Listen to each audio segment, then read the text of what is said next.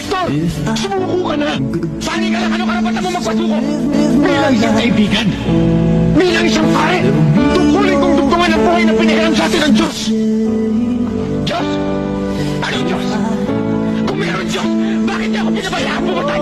Siya ang nakakalam ng lahat! Hindi ko kaya sagutin ang tanong mo, Victor! Naparito ako para iligtas ka! Huli na lang natin!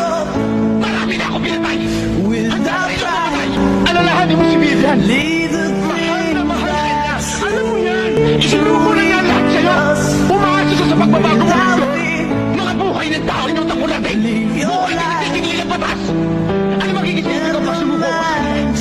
Gaano mag-usap ang isang tao?